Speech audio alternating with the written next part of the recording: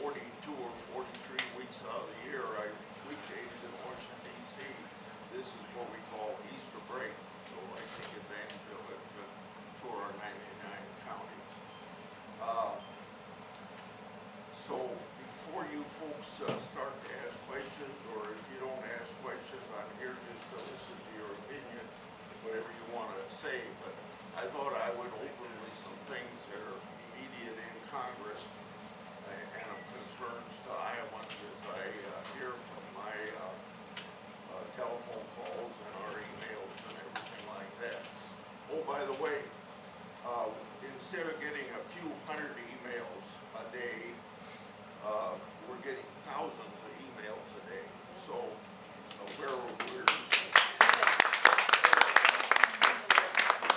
where we are generally maybe just a dozen letters that are more than 30 days old, because we try to keep everything inside of that 30-day period of time. If you've emailed me recently, it won't immediately get back to you like it normally would. So you'll just have to accommodate some people who are sending us more messages now than before.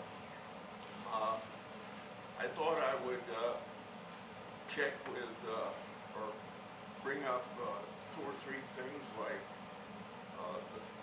the first thing we're working on when we get back, although all tax bills start in the House of Representatives, we're not going to wait for the House of Representatives to pass a bill. We're going to start working on our bill as well. And the goal there is to stop the tax bill that was passed in 2017 from sunsetting, because if we did that, we would have the biggest tax increase in the history of the country without a vote of Congress. But for who? And we would also hit the middle class the hardest if that were to happen. So that's our first goal when we get back. And then we're about 18 months ahead of where we were in the last Congress on a 5-year farm bill. So that was passed in 2018, to be renewed in 2023. So as of today, we've got a 7-year tax bill, or 7-year farm bill. We want a 5-year farm bill, particularly to reflect increased costs of input to farmers. That'd probably be about a 20% increase in reference pricing. And we also need to get that passed. Now, the reason I say we're about 18 months ahead is because the House of Representatives put out a bipartisan bill in September of last year, and the Senate did not get a bill written, but we had a Democrat outline and we had a Republican outline, and the Republican outline is very similar to what the House put out of the House Agriculture Committee. So I'm like, going through a whole Congress of 2 years and getting nothing done. I think we're about 18 months ahead of where we were last year, and I would expect by summer we'd be hearing more about a farm bill. Then I'm hearing from a lot of people about prescription drug prices, and so Senator Cantwell, a Democrat from Washington State, she and I have put in a bill that we had in last year, and it would tackle high drug prices by clamping down on what we call pharmacy benefit managers. They're the middle people between you as a consumer and the pharmaceutical companies. And it's all secret what they do, but they determine price, they determine rebates, they determine formularies, and we ought to know whether the insurance companies or the pharmaceutical companies or the PBM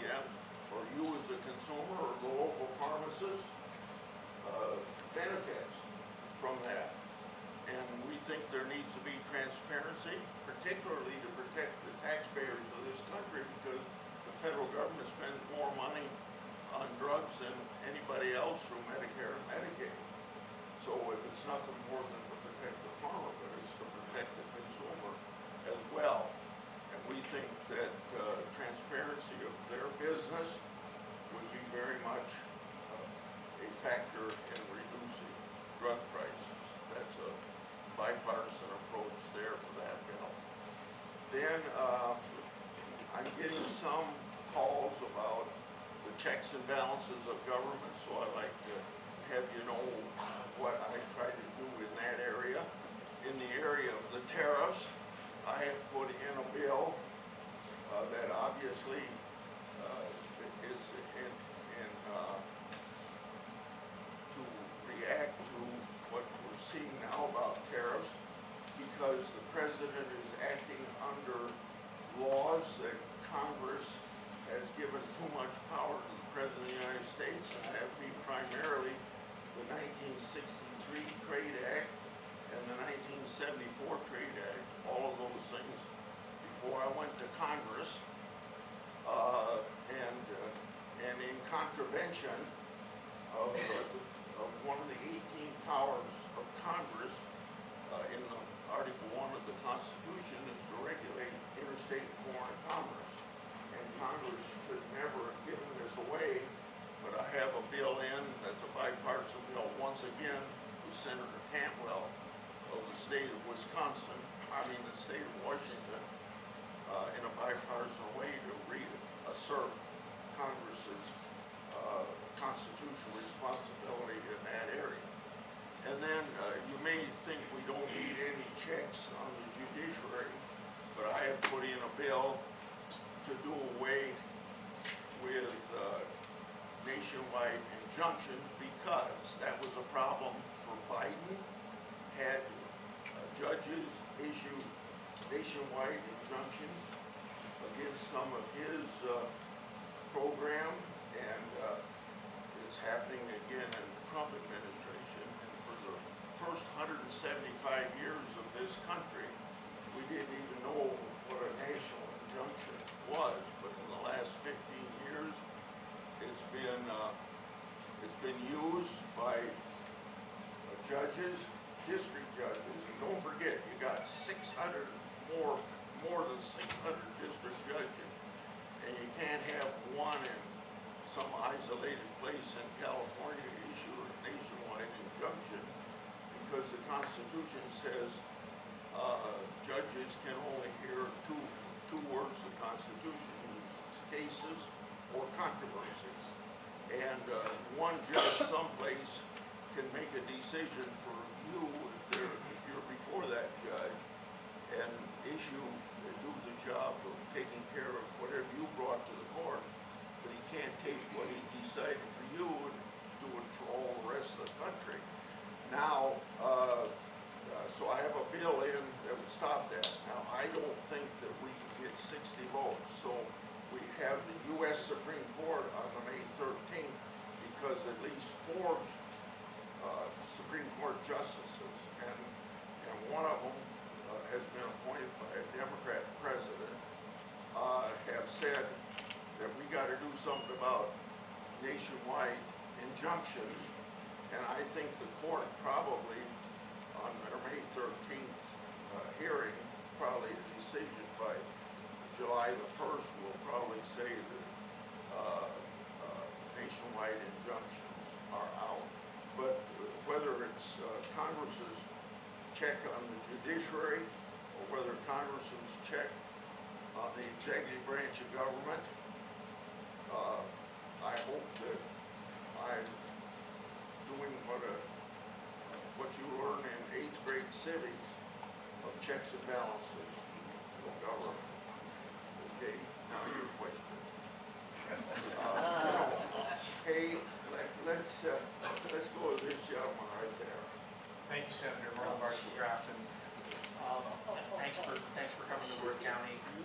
If I walk close to you or anybody else in this room, I'm not trying to intimidate you, okay, but I have a very bad hearing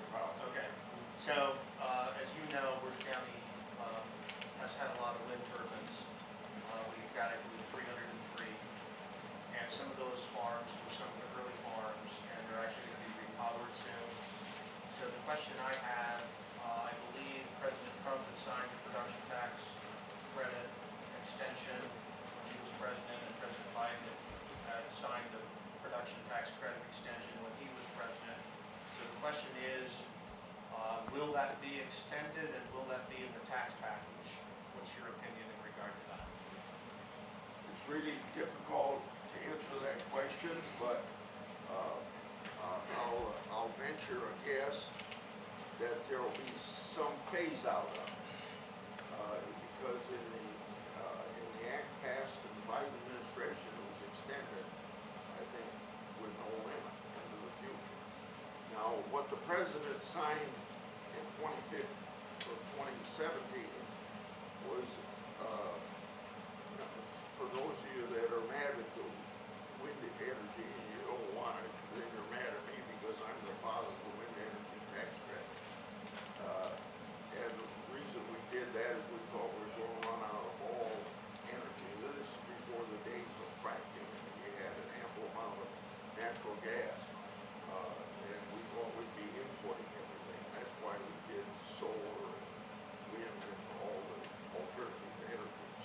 And I still support alternative energy. But in 2015 or 16, somewhere along that line, there was a big push to do away with the tax credit entirely. So I thought it was about time that it ended, but it ought to be phased out. So we had a 5-year phase out, ending in 2021. And then, of course, Biden was elected, Trump was defeated, and so it wasn't phased out because they extended it again.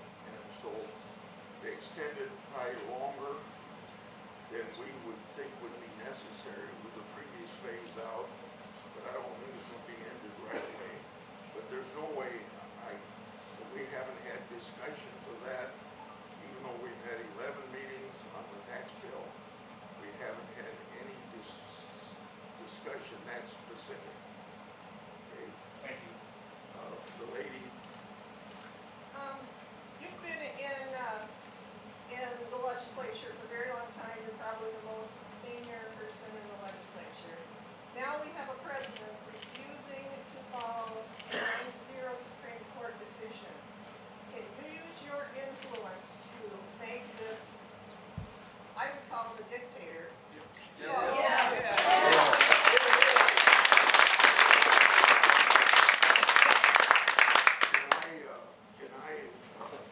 have to repeat the last part of your question because they started to applaud.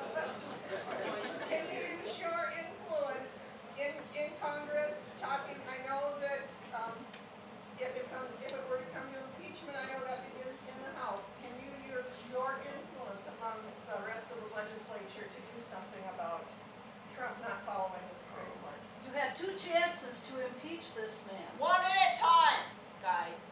Thank you. Quiet. Thank you. Thank you for coming to work now. We aren't moving.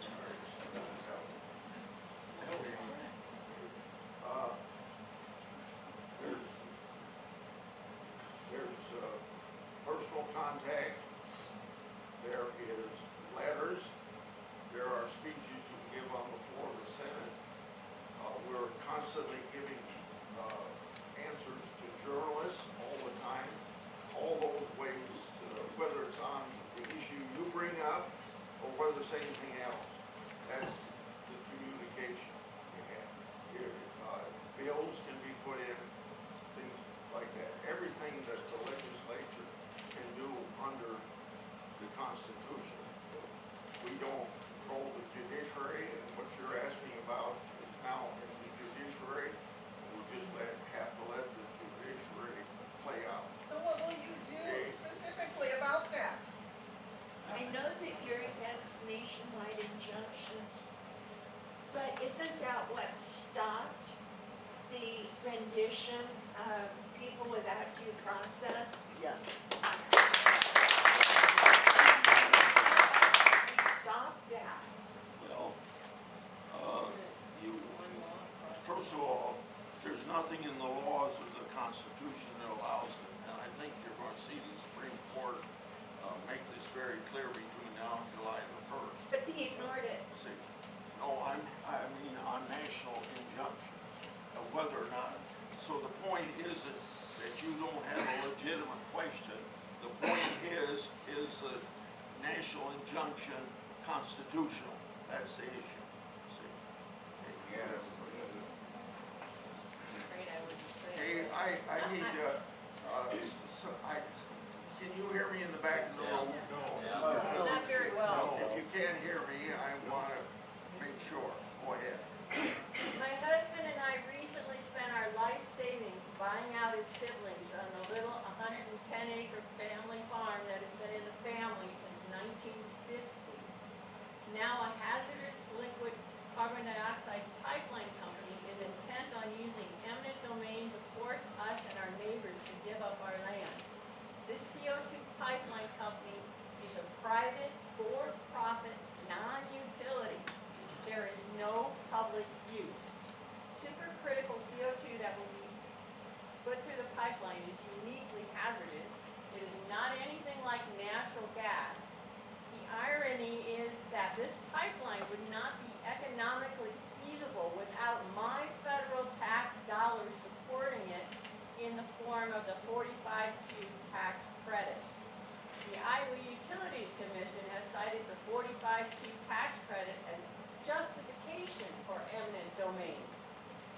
Is this what you intended when you voted for the Inflation Reduction Act? Can you now see how this tax credit bill will ruin our state and line a private company's pockets? First of all, everything you said is legitimate, except that I voted for the Inflation Reduction Act. Every Republican voted against the Inflation Reduction Act. Every Republican voted against it. Yeah. And the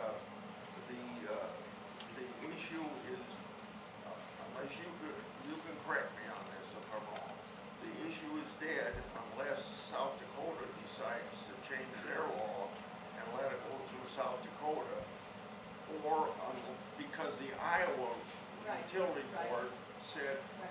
that it had to go through all these states. or it Has to wouldn't- have a permit in South Yeah. Dakota yet before construction Yeah. can start in Iowa. Yeah. My next question is, I see that Summer Carbon Solutions will probably come to the federal government for federal siting. And I sure hope that as part of the federal government, you prevent federal siting of a hazardous carbon dioxide pipeline. I see that as Summit's next step is going for federal siting. Since it is interstate commerce under the Constitution, Congress could intervene, but I have had no discussion that Congress is considering that at this point. Just yesterday, South Dakota Public Utilities Commission voted 2-1 to deny Summit's permit in South Dakota, but without prejudice, so they can come again if they get the easements that are voluntary. Since you're following this, answer this question for me. I thought the South Dakota legislature passed a law not to allow it to go through, so how did the They utility? did. They did, it's called it's eminent, they passed no eminent domain for CO2 pipelines. They did not say no CO2 pipeline. The CO2 pipeline can still be built in South Dakota with, voluntary easements. So they would have to, and they denied their permit yesterday to the one vote, but without prejudice, so the Summit Carbon can come again with a new permit asking if they get voluntary easements for I'm South glad Dakota. you could give me that additional information because I need it.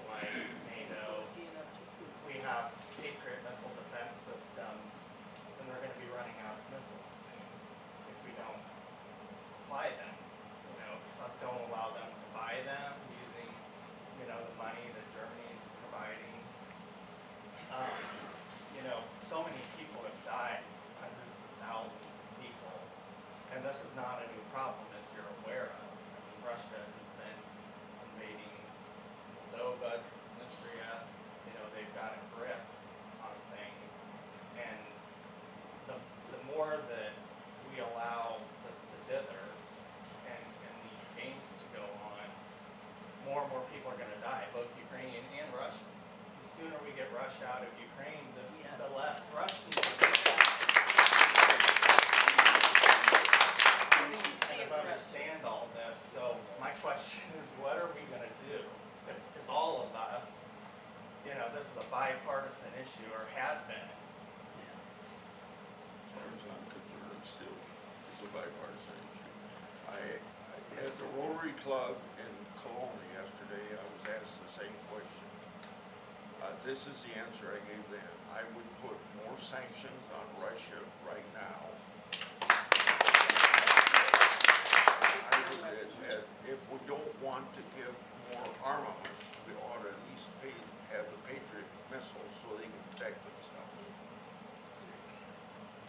Anything to stop Russia. Yes, he's the aggressor. Thank you for having town halls in Grassley.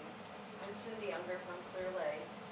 I come before you as a parent and a retired teacher. My children had special needs and are now deceased. I know you voted against the Department of Education founding in 1979. And now with the dismantling of the Department of Education, they have said similar statements to your sentiments. They want states to take charge. Please listen to my experience as a parent and an educator.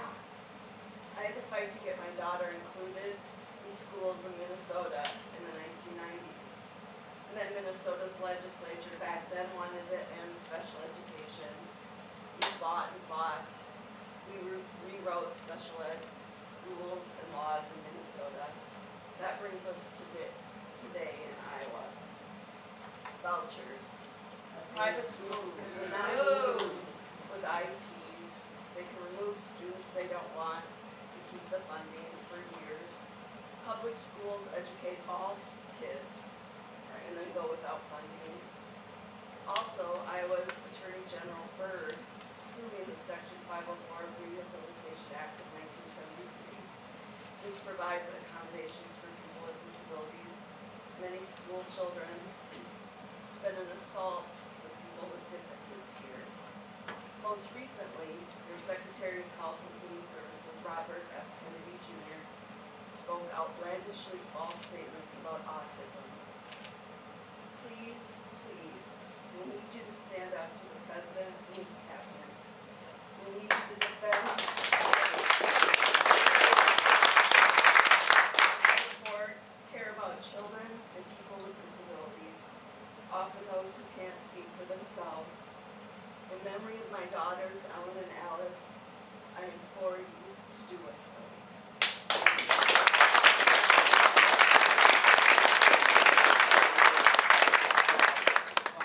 I have got autism legislation that I sponsored with Senator Schumer of New York on autism for the alert, because autism people are encouraged to go, or they see a focus towards water and they drown. So we put in that alert and got that passed. And then in regard to special needs kids generally, this is all history none of you care about, but since I've been involved in it, I think I'll show that I've showed us a concern about special needs kids. Prior to 1969, if you take your special needs kid to a superintendent and say, I want him in school, they said, we don't have a program, that's your fault. So we passed legislation in 1969 that would require the school to be responsible for those kids.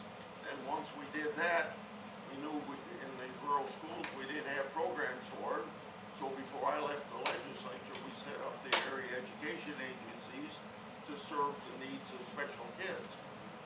And then since I've been in the legislature, in the Congress of the United States, I voted for what we call the IDEA legislation, which is to help handicap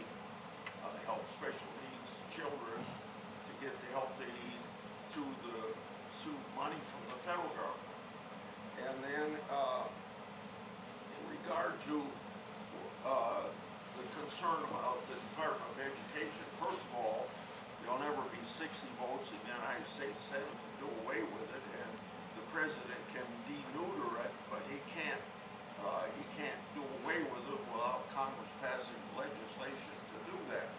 So if there's some of you that are concerned if the Department of Education would be weakened, that you wouldn't have these programs, remember every one of these programs, whether it's Title I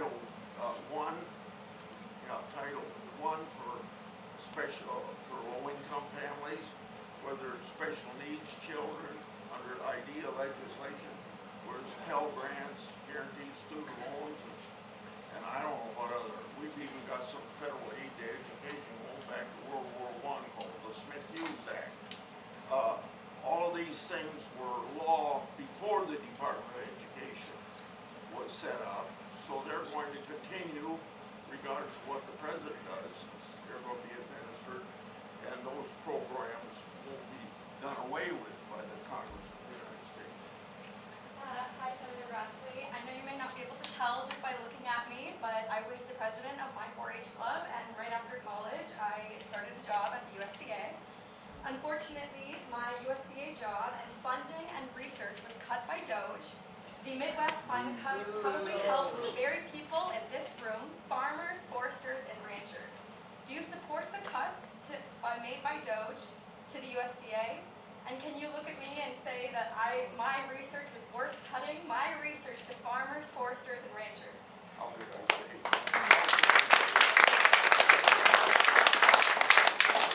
My question is, do you support DOGE cuts to the USDA?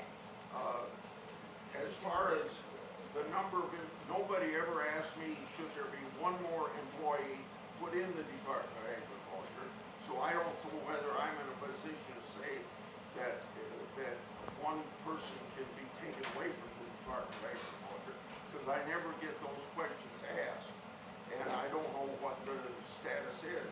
So we make these decisions in lump sums when we appropriate money, then we leave it up to the executive branch to run the executive branch, because that's the way the Constitution dictates.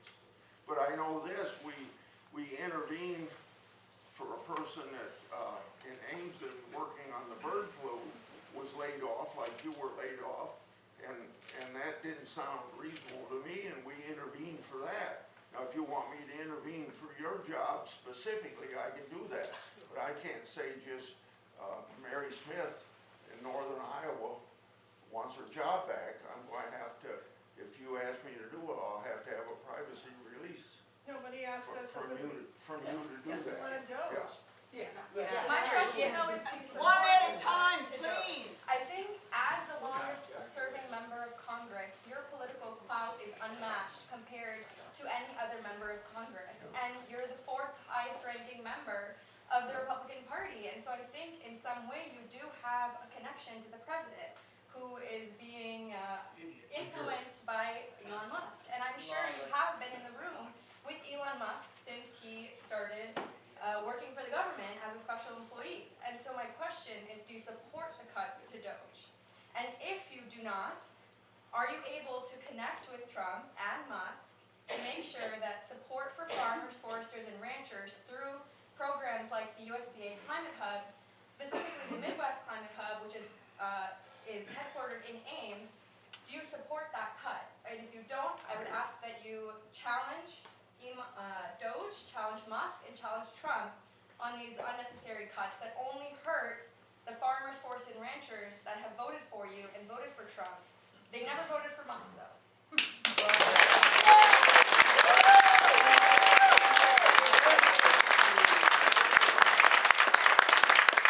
easiest answer to your question is this, because this is what the Constitution would apply. I appropriate money, the president executes that money, and I have a constitutional responsibility to follow up to make sure that that money is spent wisely, but that's the extent to which it is. And I'll be making a broad decision in the area you're talking about when I vote on the appropriation bill this fall for next fiscal year. Okay.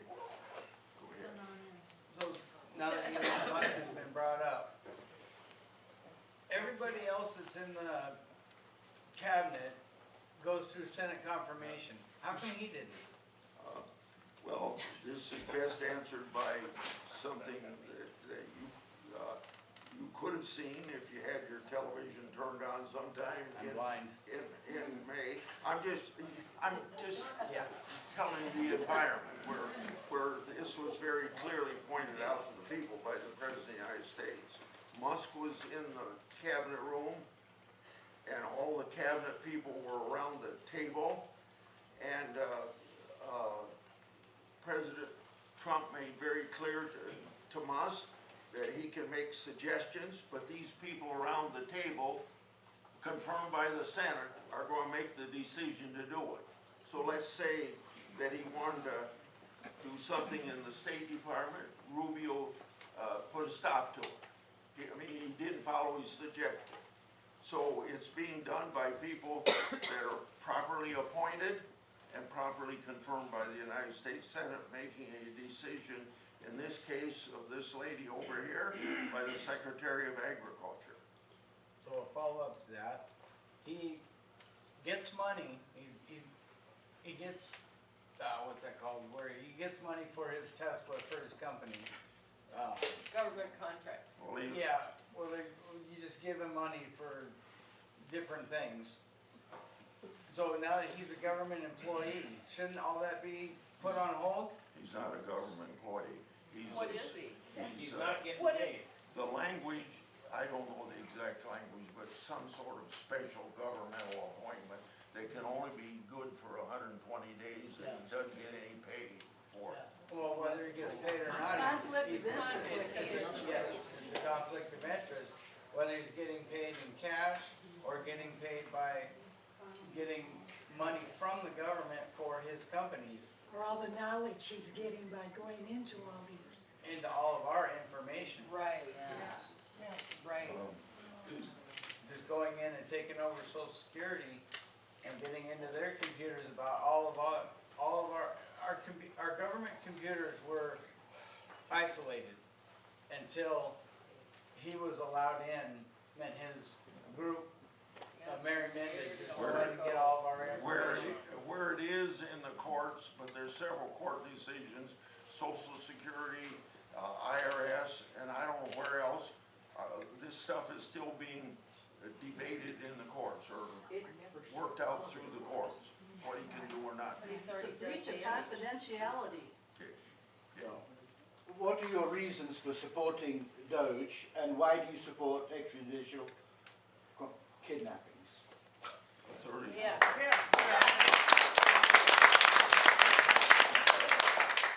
Under the proposition that the federal government ought to be run as efficiently as it can, and a $36 trillion national debt. Who gave And, us Who ran out of that? How long have you been in office? Let me give you one example with the,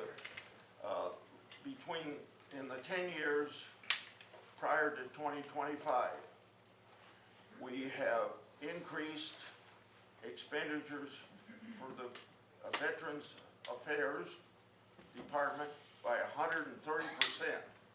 We've increased the employment by 77,000, and we only have 6,000 more people being served by the VA than we did 10 years ago.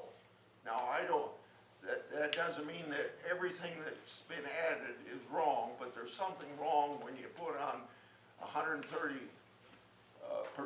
increase in funding and 77,000 new employees with only 6,000 more people to serve. That's just one example. Go ahead, lady. Since January, Trump has declared 8 national emergencies, which has enabled him to defund cancer research, the VA, school lunches, FEMA, to impose ridiculous tariffs, and more. You, as the patriarch of the Senate, have the power to stop this madness. The National Emergency Act gives Congress authority to terminate declarations of national emergencies. Would you please lead the way by sponsoring legislation to stop this reckless abuse of power?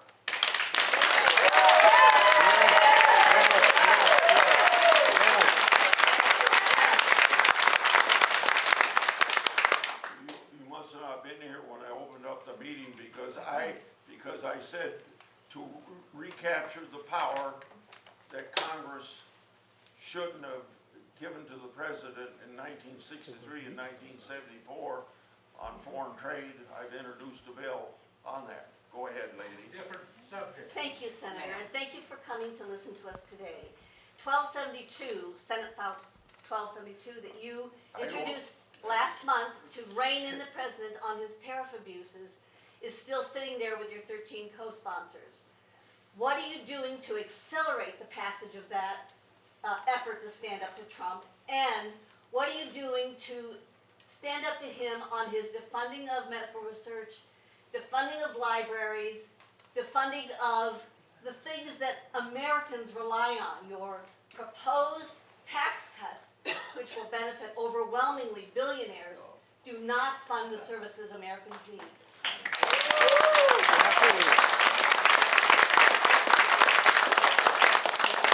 Clarify what she said about the tax bill. The tax bill will not decrease taxes for anybody. It'll keep taxes where they are since 2017. Make clear of that, okay? The other thing is, I guess I've answered her question by talking about the checks and balances of government that I've already done. Go ahead. Yeah. The government has deported this guy down to El Salvador. I want to know what your thoughts are on that. Now, that they admitted to themselves that this was a mistake, and actually their attitude toward it is, well, they're just going to blow it off, even if with the Supreme Court telling them that they have to facilitate some kind of return of this guy, but Trump doesn't seem to do anything about it. He's And if lawless. this was some high person in government, would the situation be different then?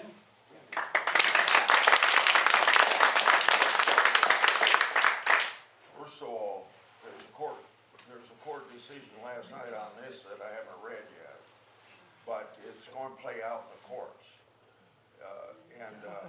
Then from that standpoint, the president has to follow the U.S. Supreme Court.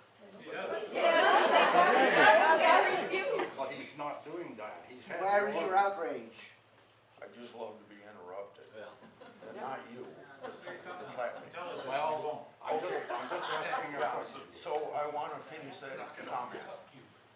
The president of the United States is one thing, but the president of El Salvador does not have to abide by the U.S. Supreme Court. We're paying him. So remember that. But this will have to play out in the courts as well. But I mean, so far, the Supreme Court has issued, he said they had to facilitate his return to the United States. Yeah. Now, Plain and simple.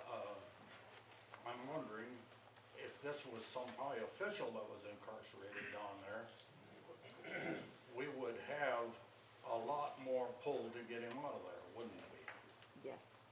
Oh, yeah. I, Depends on who you are. that's a supposition that I can't respond to, because I'd have to know what the situation was.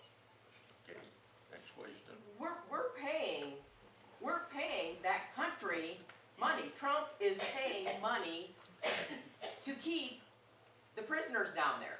So we do have pull. We do have pull to get that person back.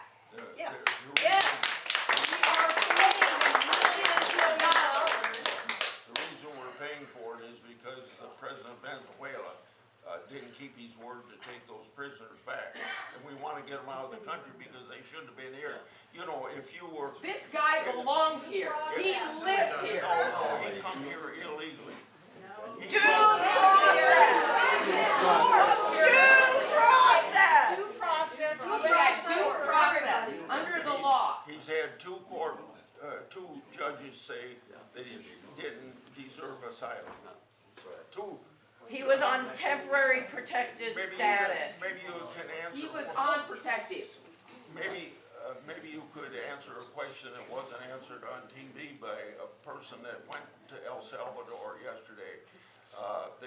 They asked this congresswoman if that person came back here, what would you want him to do that hasn't already been done by these two judges? And what was the response? She didn't respond, that's why.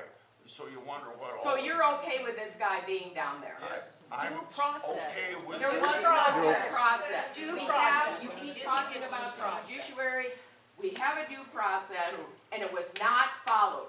And the Supreme Court ruled that he needed to come back. Okay. So Trump said, nope, I'm not gonna do that.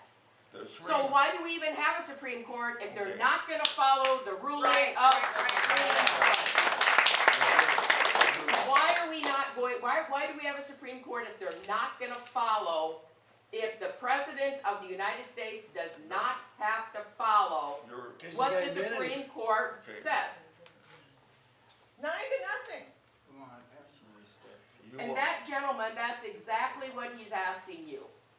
If they don't have to follow the Supreme Court Right. ruling, Exactly. Okay, why do Let we him even talk. have Let him one at this point? you're looking at part of the Supreme Court decision, so let me give you the rest of the Supreme Court decision. The Supreme Court said, like you said, the president ought to make a good faith effort to get this person returned. But it also said to the district judge that you should be careful that you don't interfere with the constitutional responsibilities of the federal government to conduct our foreign affairs, which is totally within the executive branch of government. So you're okay with this guy being there? Where is the money Okay. coming from? Who, sir, back there? President Trump sat side by side with the president of El Salvador, I believe last week. Didn't mention this man. Can you justify that? Yeah, that's right, and he shouldn't have said it. He shouldn't have said it. Shouldn't have said what? That just makes his case worse for him. What? Hold on. That didn't answer Sorry, that I'm That- on the floor now, excuse me. What? Thank you, Senator Grassley, for coming. I'm sorry you've gotten all the grief you've gotten this morning. As you can tell, we're Democrats and Republicans. I know, but thank you. Okay. And if these people would listen to something besides regular news, they would hear. So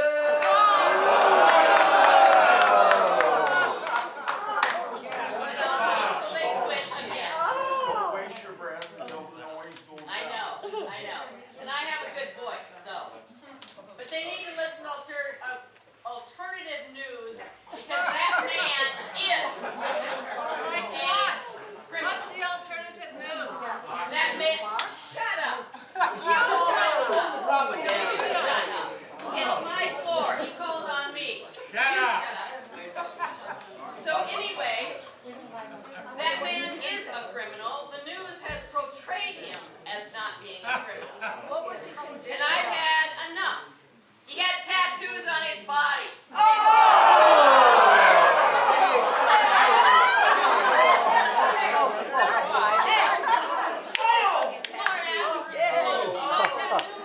I've got one. Does that make me a You criminal? don't know what a tattoo is? Yes, I do. I've No, got you one. don't.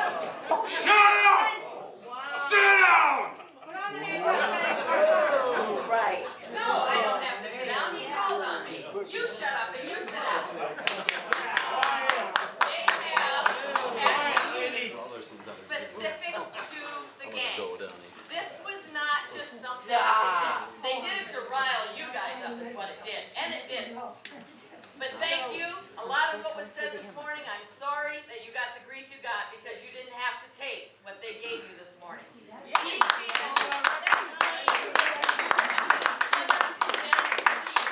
mainstream media.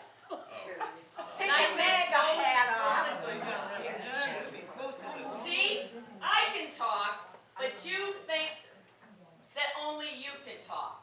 I've had enough of you Democrats. We've had enough. I'm sorry, that one man is not the only one down there. There's hundreds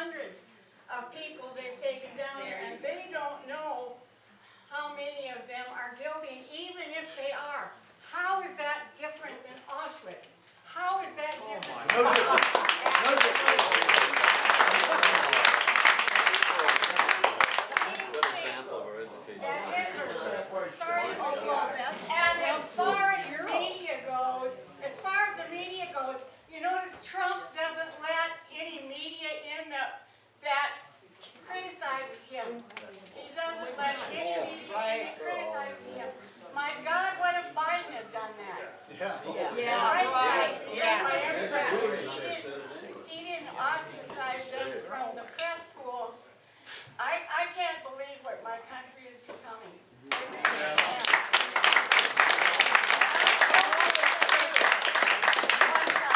Well, I think it's pretty clear that what's been brought up about Garcia, and she brought up about just many, many other people, that this wouldn't even be an issue if Biden had enforced the law.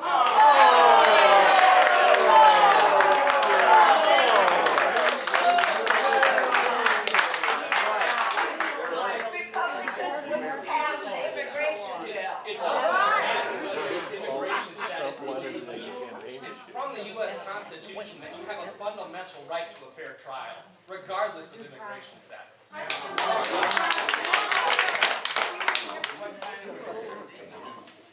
Senator, thank you for coming. My name's Andy Hill. I farm just down the highway at Manly. I'd like to circle back to your opening comments and talk about the Farm Bill. You referenced that we've extended it twice and it's become a 7-year Farm Bill. I'm concerned it's going to be an 8 or a 9-year Farm Bill. Had the opportunity to see the value in the nutrition package, but the nutrition package is going to be significantly larger this go around as baseline's gotten bigger during COVID. Had seen the opportunity what MAP and FMD and RAP has done. We know about the titles for conservation, we know about the titles for commodity. We've got CTM Holdings as a court case over in your neck of the woods that's going to challenge Swamp Buster. My priority is to be able to farm and sell my corn and soybeans on the open market.